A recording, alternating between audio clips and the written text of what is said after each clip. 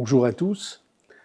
Au terme de cette première semaine de communication quotidienne de quelques minutes, pour essayer de cerner la situation du pays et pour en même temps essayer de former, de consolider la volonté et les orientations qui sont nécessaires pour en sortir ou pour commencer à sortir de l'impasse dans laquelle nous sommes. Plusieurs d'entre vous m'ont envoyé des petits messages et des questions en disant « mais au fond, pourquoi faites-vous ça? Quel est le but que vous voulez atteindre ?»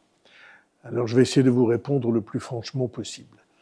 J'observe tous les jours la vie politique, la vie parlementaire, le fait que les formations politiques ont pour première mission et au fond pour première urgence de préparer les élections qui viennent, les élections municipales, puis l'élection présidentielle, les élections législatives, d'autres encore. Il me semble qu'il apparaît clairement que devant une situation de cet ordre, devant les difficultés qui sont devant nous, devant les choix courageux qu'il est nécessaire de faire, bien sûr, il y aura des formations politiques courageuses, il y aura des groupes parlementaires courageux, je n'en doute pas, mais je crains qu'ils ne soient minoritaires. Je pense que le plus grand nombre, son réflexe spontané sera de répondre non.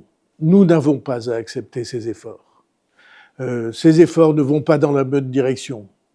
Il manque ceci ou cela, il fallait aller vers d'autres exigences, il fallait prendre d'autres décisions, d'autres orientations, mais je ne sens pas, je ne crois pas que spontanément, ils accepteront de dire oui et de valider les efforts nécessaires, même si je suis prêt à toutes les discussions avec qui voudra pour mieux équilibrer encore, mieux répartir encore les efforts en matière de justice et d'efficacité. Et si je regarde le paysage de cette manière, alors il y a une chose qui me frappe, c'est qu'il y a une catégorie de ceux qui participent au débat public qui, elle, peut dire oui, parce qu'elle n'est pas engagée dans les intérêts partisans et dans les intérêts électoraux. Ce sont les Français. Eux-mêmes, vous-même, ce sont les Français eux-mêmes qui peuvent dire « bon, peut-être au fond, nous dit-il la vérité ».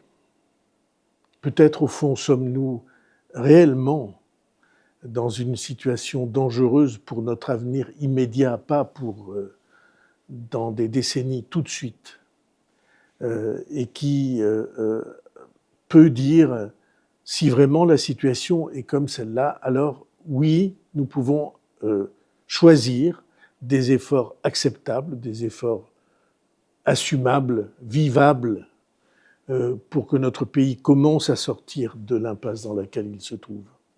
Ça fait écho à une phrase très célèbre, c'est celle que John Kennedy a prononcée. Il a dit ceci qui a créé un vrai choc dans l'opinion américaine et au-delà des frontières. C'est « ne vous demandez pas ce que votre pays peut faire pour vous, demandez-vous ce que vous pouvez faire pour votre pays ».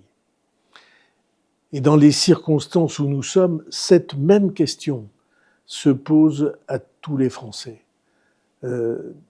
Choisir des efforts qui soient, au fond, parfaitement supportables et parfaitement assumables, que ces efforts, on puisse les accepter, les choisir ensemble, réunir nos forces pour vaincre l'obstacle, et tout peut être changé. Mais c'est, j'en suis persuadé, c'est dans la conscience de chacun d'entre nous, de chacun dans nos familles, que ça va se jouer. Si vraiment, ce que je crois, la menace est grave, dangereuse et immédiate, alors il faut que nous acceptions de l'affronter et de la surmonter.